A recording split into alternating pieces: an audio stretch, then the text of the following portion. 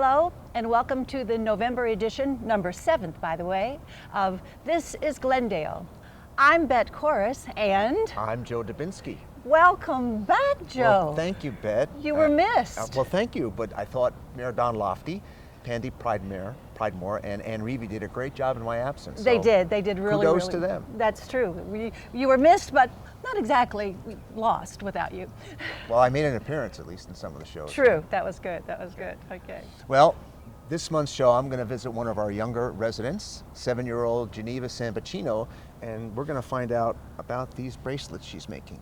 Intriguing, Yeah. Really good. And then there's a segment on some proposed changes to the ordinance for parking in the village, and I'll sit with Wally Curtis, our village administrator, and Chief Dave Warman, and learn about that. Good.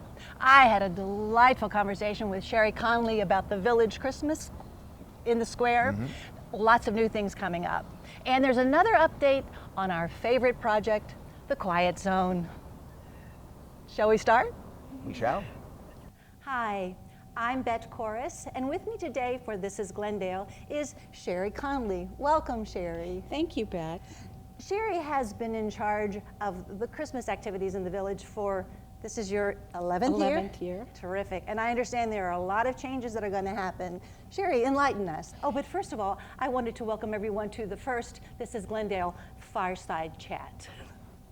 Take it away, Sherry.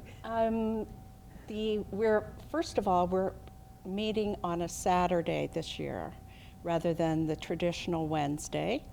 So it will be December 7th, which is a Saturday, from 4:30 to 9 p.m. or later for the adults. Great, yeah. And traditionally, I know you've catered to children. I mean, Christmas is all about children, and we big kids like Christmas too. So are you doing something that maybe will entice more adult participation? Yes, we're having a Christmas tent this year, a big tent in front of the Scout House. We're having the Rob Allgaier Trio playing all evening. Great. We'll be serving beer, wine, and premium bourbons.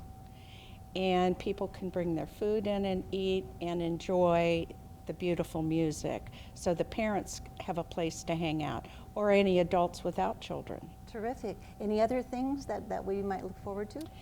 This year, we have made changes. We're having a children's magic show instead of the traditional puppet show. And this magician brings children up from the audience. They help him with the magic tricks. That's fantastic. And it's magic for the whole family. That is always such fun. I've been able to participate in those kinds of things, and it's just hysterical and lovely at the same time. I'm excited about that. Yeah, great. And our wonderful Glendale Library will be providing a Christmas story time by Mrs. Claus. There will be some Christmas arts and crafts for the children. All that will take place in the Scout House this year. Terrific, that's great. So you want to give us the dates again? December 7th, Okay. which is a Saturday, starting at 4:30 and ending at 9. For the adults, it can go later.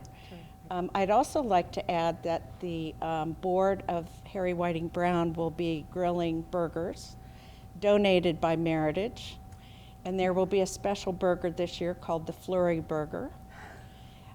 Queen City Sausage has given us cheddar mets and hot dogs for grilling. Meritage, of course, always provides their mac and cheese besides their hamburgers.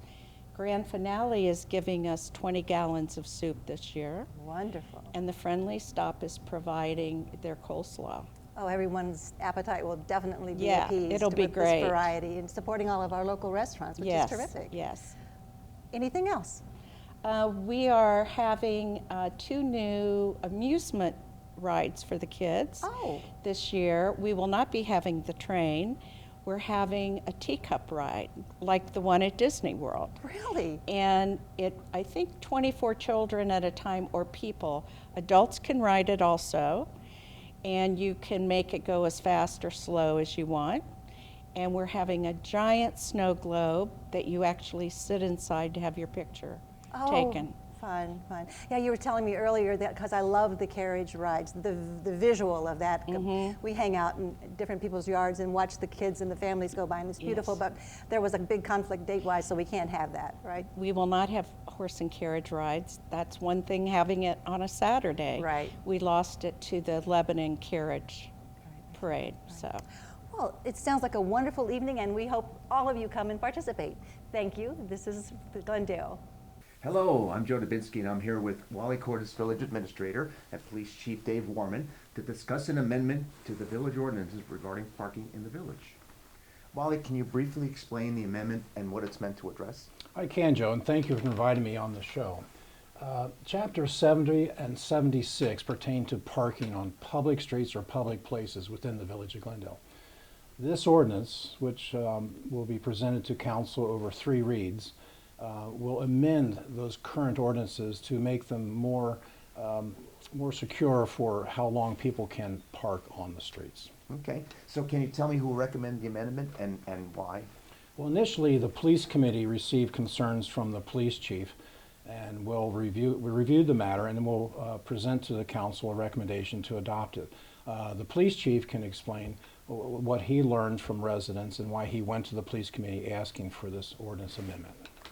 Right. As far as parking on the streets, we've had situations where vehicles have been parked for years and never moved, to the point where weeds are growing up underneath their car.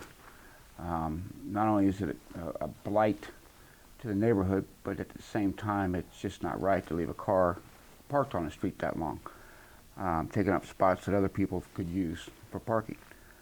So we decided, based upon the number of complaints that we got from residents, to again bring it to a police committee, which now is in the hands of council to amend.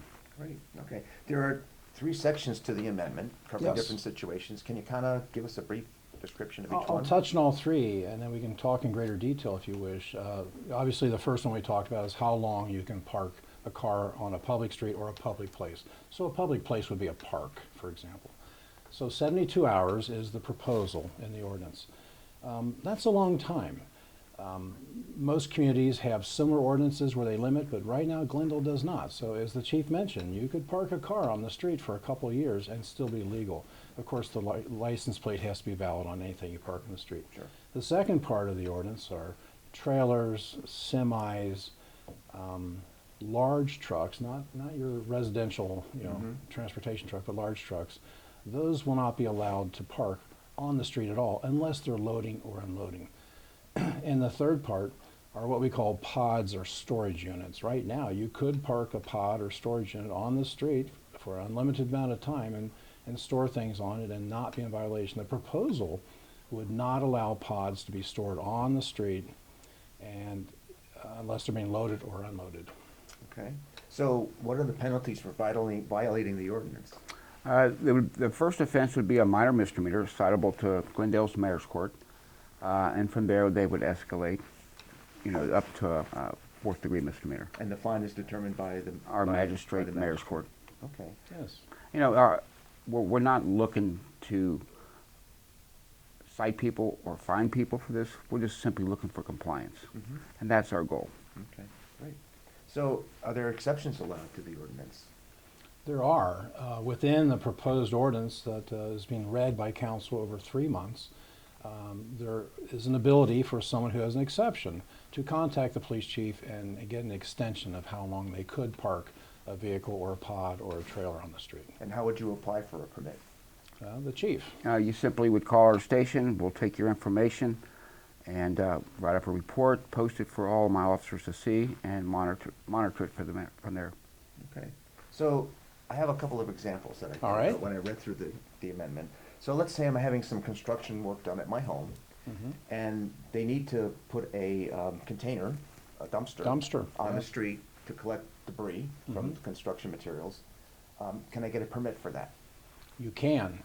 We would require you to put something down on the street so you wouldn't damage it, but we Okay, sure. would, and through the chief and possibly through the administrative office if it's a dumpster, we would give you an exception and with an understanding of how long you expected that dumpster to be there.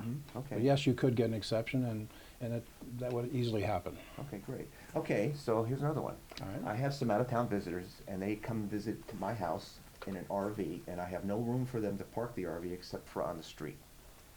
And they want to be able to drop the RV, it's a tow behind, right? So they want to be able to drop it for a little while, and so they have access to use their car during the time they're visiting me. Is that a possible exception? It's a possible exception, but it depends on how long you'd want to drop the Okay, trailer. that's understandable. If they're just in and out of town a couple days, we could make that exception. If it's a 2-week extension, they'd have to find an alternative place to park it. Yes. Just That's because fair. our roads are so narrow that a large RV parked on the street does become a safety hazard over Sure. time. Understandable. Okay, last one. I normally park on the street at home, and I'm gonna be gone on a vacation, and I'm gonna be gone longer than 72 hours. And I wanna leave my car parked in front of my home. Can I get, it's not gonna move for however long I'm gonna be away. How about that one? Can I get an exception for that? Yeah, we could give an exception based upon the fact that you're A, you're a resident, B, you're leaving town, and we know you're coming back to move it. Again, time might determine, if you're going to be gone for 3 months, well then probably not, I wouldn't grant that extension. I mean, you could use your own driveway. I'm going on a 2-year sabbatical. Well, then that would not Could be be a an problem. exception. Okay, that's no problem. I understand. We have those situations now. Okay, so you explained a little bit about the process for approving the amendment. So maybe you could go through that again, and will residents have the opportunity to review and comment on it before it's approved? That's a great question, and yes, the Glendale Council and the mayor are very transparent, and they want everyone to be informed of what's happening. So when the police committee recommended to council a month ago, they had what's called a first reading, and they'll have 2 more readings, 2 more months, 1 reading each month. So the residents have an opportunity to hear about this ordinance, to come to council, to email us, to weigh in on their thoughts if they like it, or maybe something should be different about it. But after 3 readings, then the ordinance can be adopted. Is it gonna be posted anywhere if I don't Oh, wanna go yes. to the council meetings? Yes, right now you can go to glendaleohio.org and you can view the agenda for last month, and by tomorrow you'll be able to view the agenda for next month, and the whole ordinance will be listed on the agenda online. And if you don't have access to internet, please come down here. I'll give you a copy at no Okay, charge. great. Okay. Well, thanks, Wally. Thank you, Chief Mormon. Thank you. And for This is Glendale, I'm Joe Dubinsky. Making a difference. It's something that we should all try to do. I'm here at 916 South Troy with Geneva Sambacino, 7-year-old Geneva Sambacino, who's doing just that. Hi, Geneva. Hello. Hello. So what are you doing here? I am selling bracelets. Yeah, and for what are you selling bracelets for? Leukemia lymphoma. For Leukemia and Yeah. Lymphoma Society? Why did you choose that to give to? Because my grandpa he has cancer and that's his hospital. Okay, so you're trying to help with that? Okay, Yeah. that's really, really nice. I'm sure your grandfather's very proud of what you're trying to do. So, do you have a goal for how many bracelets you want to sell? How much money you want to raise for the Lymphoma Society?